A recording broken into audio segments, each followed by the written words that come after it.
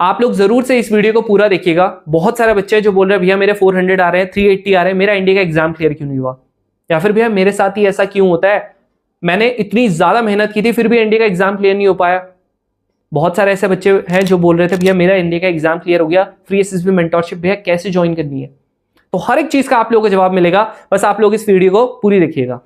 जय हिंद एवरीवन, मेरी तरफ से आप लोगों को कांग्रेट्स जिसका भी इंडिया का एग्जाम क्लियर हुआ है, और मेरे हिसाब से आप लोगों ने अभी तक एसएसबी फ्री मेंटरशिप में एनरोल करवा लिया होगा। आप लोगों को जस्ट इस नंबर पे व्हाट्सएप करना है, बताना है कि आप लोगों का एग्जाम क्लियर हो चुका है और आप लोग एक रूरल इंडिया के स्टूडेंट थे, तो आप लोगों को फ्री में एसएसबी की मेंटरशिप मिलेगी, जहां पर आप लोगों को from basic to very advance आप लोगों को चीजें बता दी जाएंगी। लेकिन कुछ कुछ ऐसे बच्चे हैं जिन लोगों के 400 मार्क्स आ रहे थे, 380 मार्क्स आ रहे थे, आप लोगों को यहाँ पर दिख रहा होगा उनका एनडीए का एग्जाम इस बार क्लियर नहीं हुआ है।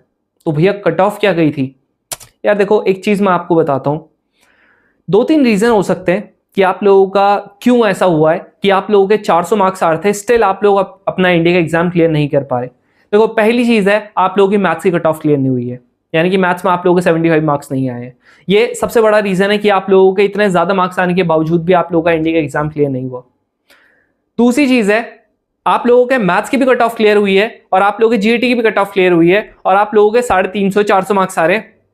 एक रीजन ये हो सकता है जहां पर भी आप लोगों ने आंसर की मैच की थी वो आप लोगों की सही नहीं थी, ये वन ऑफ द रीजन हो सकता है। इसके अलावा ना अभी फिलहाल के लिए ना मेरे को कुछ ऐसे बच्चे मिले जिन्होंने ये कहा कि भैया मैंने तो ये भी सही किया था, मैंने आंसर की से भी किया था, बहुत बड़ा डिफरेंस आ रहा था, तो यार आप लोगों ने कहीं ना कहीं ओएमआर शीट में अपना रोल नंबर गलत लिख दिया होगा।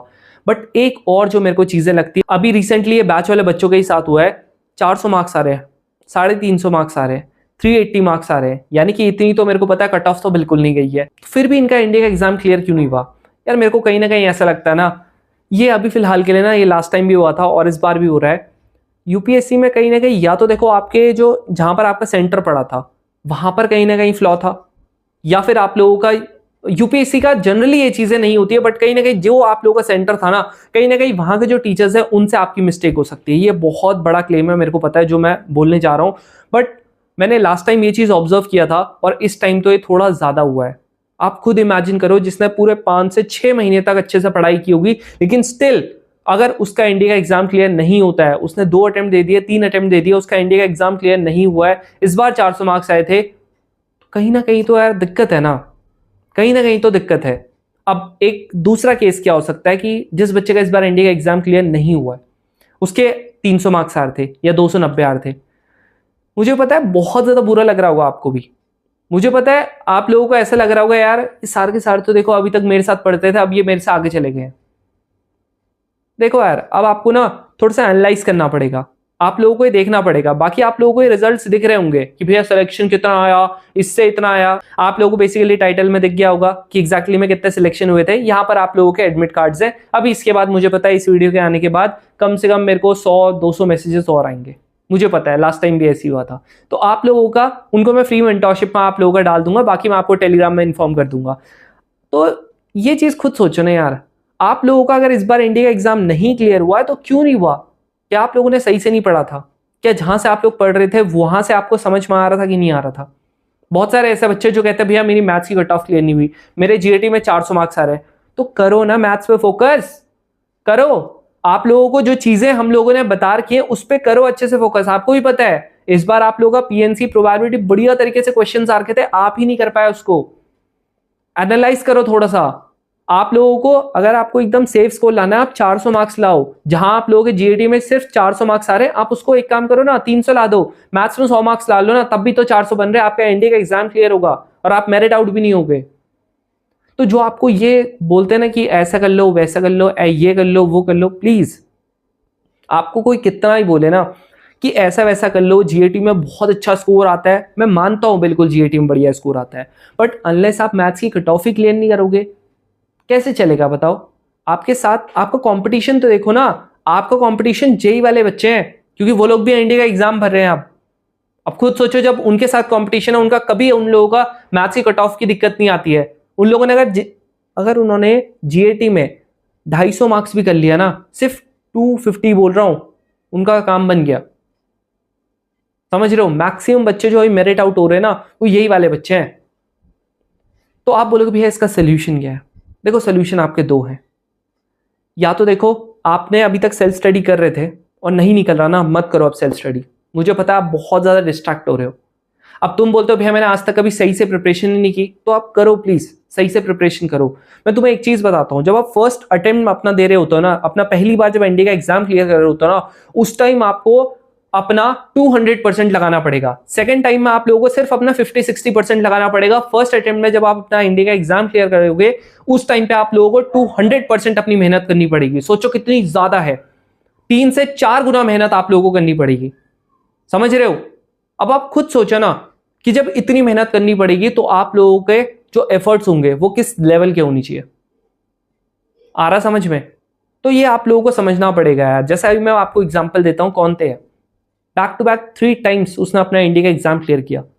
उसने पहले उसमें मेहनत बताऊं मैं, मार्शल बैच उसने ज्वाइन किया था, ठीक है।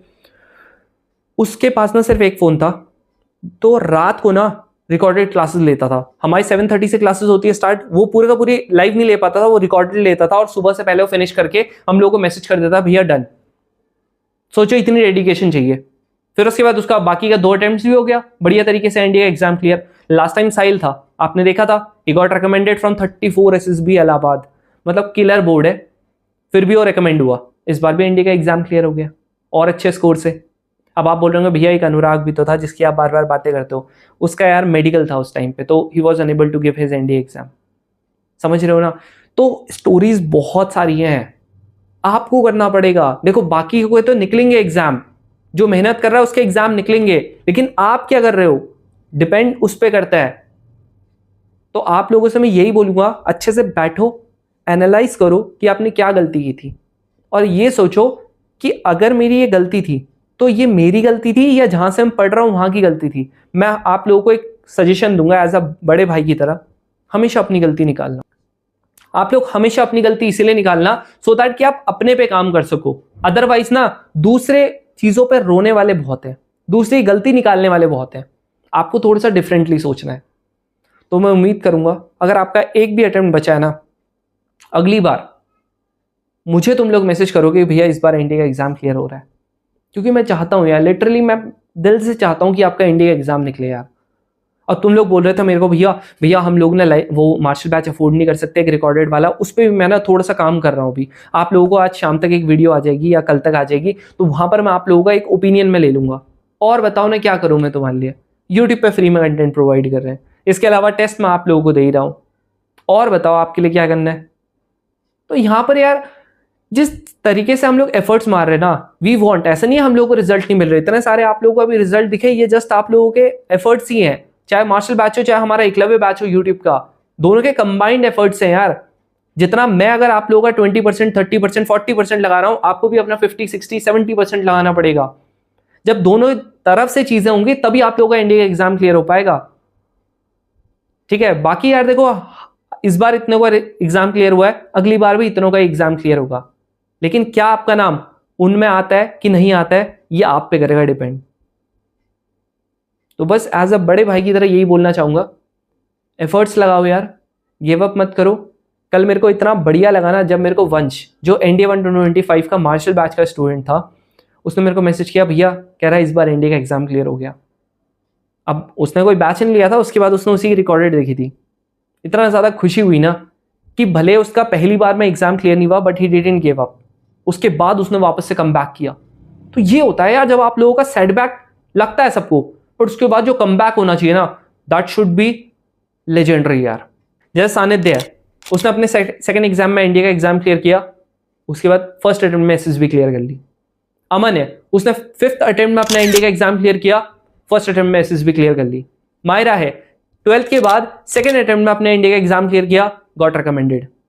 ऐसी भरी पड़ी है यार स्टोरीज। सो अब आप पे है आपको क्या चूज करना है। और भरी पड़ी ये भी है कि एक बच्चा था जिसका first attempt, second, third, fourth, fifth, six सारे अटेम्प्ट में फेल हो गया। ये भी आपकी स्टोरीज है। तो स्टोरीज आपको बनानी है, आप लोगों को वो दिखाना पड़ेगा सबको कि मैं भी कर सकता हूं यार। घर वाले अभी देखना आपको सिंपैथी दिखाएंगे, जब आप रो रहे होंगे ना कहेंगे कोई दिक्कत नहीं यार, एग्जाम ही तो था। बट कुछ दिन के बाद पता है क्या बोलेंगे, अबे कुछ तो एग्जाम तो क्लियर कर, कम से कम पढ़ तो लिया कर थोड़ा सा।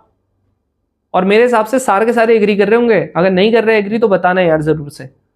क्योंकि मैंने जितने ही बच्चों से बात कर ली ना, सबका यही है रिस्पॉन्स। तो प्लीज यार, अगर मेरी तरफ से जितना भी एफर्ट चाहिए होगा, आप जरूर से मेरे को कमेंट सेक्शन में बताना कि आपको क्या चाहिए मेरी तरफ से। मैं 100% अपना देने को राजी हूं यार।